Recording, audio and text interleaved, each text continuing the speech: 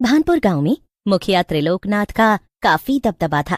गांव के लोग मुखिया त्रिलोकनाथ की काफी इज्जत करते क्योंकि मुखिया जी गांव के लोगों की काफी मदद किया करते। लेकिन मुखिया जितने ही सज्जन व्यक्ति थे, उतना ही मुखिया का बेटा रतन गांव के लोगों को परेशान करता, उनकी इज्जत नहीं करता और अपने पिता का नाम खराब कर रहा था। रतन बेटा, सुना है तूने कल रात पीकर गांव के श्यामलाल को पीटा है, क्यों? अरे 40 साल से जो इज्जत मैं बना रहा हूँ, उस इज्जत को तू मिट्टी में मिलाने में क्यों तुला हुआ है? इसका मतलब आपसे श्यामलाल ने आकर शिकायत लगाई है कि मैंने उसे मारा है, लेकिन उसने ये नहीं बताया कि वो मेरी गाड़ी के सामने आ गया था। मुझे अच्छे से पता है कि तू गाड़ी कैसे चलाता है। मेरी इज्जत को यूं गांव में नीलाम ना कर। ठीक है, समझ गया मैं। चल भोला, हमें नुक्कड़ पर जाना है। इतना कहकर रतन अपनी गाड़ी स्टार्ट करके अपने दोस्त भोला के साथ निकल जाता है। इधर मुखिया अपने बेटे को समझा कर परेशान था, लेकिन उसकी आदतों में कोई सुधार नहीं था। क्या करूं इस लड़के का? कुछ भी कहता हूं तो एक कान से सुनता है, दूसरे कान से निकाल देता है। भगवान जाने आगे इसका क्या होगा। ऐसे ही समय बीत रहा था, सब कुछ अच्छा चल रहा था। गांव के लोग मुखिया को उतना ही प्यार और इज्जत दे रहे थे जितना वो देते आए थे। लेकिन एक रोज रतन देर रात घर नहीं आता और अगली सुबह जब वो घर आता है तो अपनी गाड़ी में अपने दोस्त भोला के साथ एक लड़की को भी बैठाकर घर लाता है। उस वक्त मुखिया गांव वालों की बातें सुन रहे थे। अरे देखो देखो, मुखिया जी के बेटे ने ये किसकी लड़की उठा ली है? यहाँ की तो नहीं लगती, काफी गोरी चिट्टी है। विदेश की लग रही है। लगता है छोटे साहब ने शादी कर ली है इस विदेशी लड़की से। कौन है ये लड़की? किसे लेकर आया है तू? लूना, ये मेरे फादर हैं। जरा इनके पैर छू लो। अरे फुट टच। ये सब क्या तमाशा है? कौन है ये लड़की और क्यों लेकर आया है इसे घर? तुझे लाज शर्म है कि नहीं? पूरी रात घर नहीं था और अभी आया है तो इस लड़की के साथ। अंकल, ये आपकी बहू है। रतन कुछ दिनों पहले ही विदेश से आया है, लेकिन वो विदेश से अकेला नहीं बल्कि लूना भाभी को साथ लेकर आया था। रतन लूना भाभी से प्यार करता था, इसीलिए उसने विदेश में ही लूना के साथ शादी कर ली थी और वो आपके डर से लूना भाभी को शहर में ही इतने दिनों से रख रहा था। गुस्ताख, तुझे पता है ना, मैंने तेरा रिश्ता उदय सिंह की बेटी से तय कर रखा है, तो तूने ऐसा करने की हिम्मत कैसे की? मेरी जिंदगी में जो चाहे करूं, आप बोलने वाले कौन होते हैं पिताजी? आप सिर्फ गांव वालों के मसले सुलझाते रहिए। मुझे तो शादी करनी थी। आओ लूना बेबी, ये है हमारा घर। या नाइस हाउस, नाइस बुफेलो। मुखिया अपना सर झुकाए गांव वालों की तरफ देख रहा होता है। गांव वाले भी हैरानी से मुखिया को देख रहे होते हैं। अब पूरे गांव में मुखिया के बेटे के बारे में ही चर्चा होने लगती है। हर कोई मुखिया की तारीफ करता और मुखिया के बेटे रतन की बुराइयां। लेकिन समय के साथ मुखिया उस विदेशी बहू को अपना लेते हैं और करीब 6 महीने बाद ही रतन लूना को मारता पीटता उससे काम करवाता।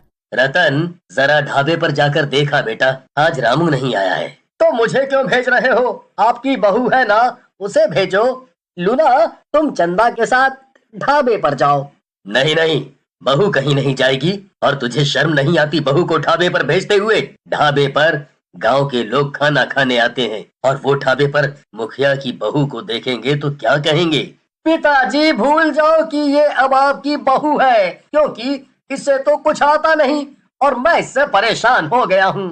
खबरदार, जो तूने दोबारा ऐसी बात की। बहू, तुम्हें कहीं जाने की जरूरत नहीं है। रतन अपने पिता की एक नहीं सुनता और लूना का हाथ पकड़कर गाड़ी में बैठा लेता है और उसे ढाबे पर छोड़कर आता है। और उस दिन के बाद से लूना हर रोज ढाबे पर जाने लगती है। लेकिन एक रोज रतन गांव की ही एक लड़की से ब्याह करके उसे घर ले आता है। ये रतन की दूसरी शादी थी। ये देखकर मुखिया बहुत परेशान हो जाता है। इधर लूना का हाल नौकरानियों की तरह हो गया था, उसे घर का सारा काम करना पड़ता था। कुछ दिनों बाद ही लूना की तबीयत खराब होती है और रतन उसका इलाज भी नहीं करवाता, जिसके कारण लूना की मौत हो जाती है। इस बात से रतन को कोई फर्क नहीं पड़ता, क्योंकि वो अपनी पत्नी लूना के साथ नौकरानियों की तरह बर्ताव किया करता और उसने तो दूसरी शादी भी कर ली थी। लेकिन मुखिया को ये सब बहुत दुखता है।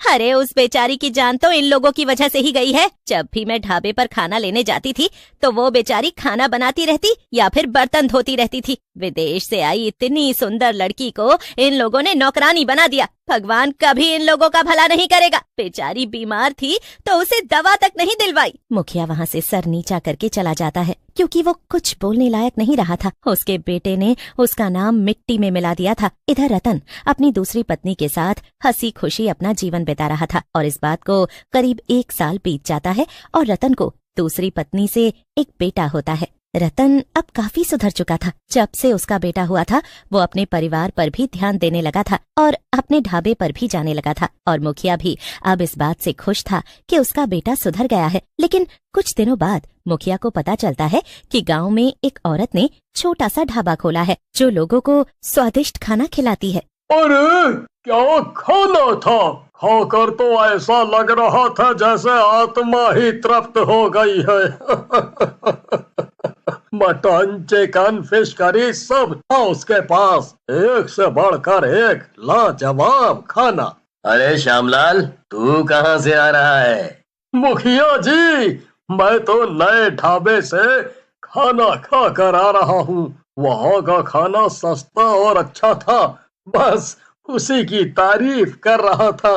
उस औरत को गांव में ढाबा खोले हुए करीब 1 महीना ही हुआ था और इस 1 महीने के बाद गांव में मुर्गियां और बकरियां चोरी होने लगती हैं। गांव वाले अब परेशान होकर अपनी परेशानी मुखिया जी के पास लेकर पहुंचते हैं। मुखिया के कहे अनुसार गांव के लोग पहरा देते हैं, लेकिन फिर भी मुर्गियों की और बकरियों की चोरी बंद नहीं हो रही थी। हर कोई हैरान था कि पहरा देने के बावजूद आखिर बकरी और मुर्गी कौन चुरा रहा है। एक रोज उस औरत के ढाबे पर दुलारी पहुंचती है। बहन, जरा 1 प्लेट चिकन बिरयानी लगा दो। मेरी मुर्गी चोरी हो गई है। उसके वियोग में मेरा मन कर रहा है कि मैं चिकन बिरयानी खाऊं। ठीक है बहन, अभी लगा देती हूँ। इतना कहकर वो औरत चिकन बिरयानी उस औरत के सामने परोस देती है। वो औरत टेंशन के मारे 2 प्लेट बिरयानी खा चुकी थी और तीसरी बार फिर से बिरयानी मंगवाती है। लगता है तुम कुछ ज्यादा ही परेशान हो। तुम्हारी तीसरी प्लेट गर्मा गर्म बिरयानी। हाँ, टेंशन के मारे मुझे भूख लग रही है। बस मन कर रहा है खाती जाऊं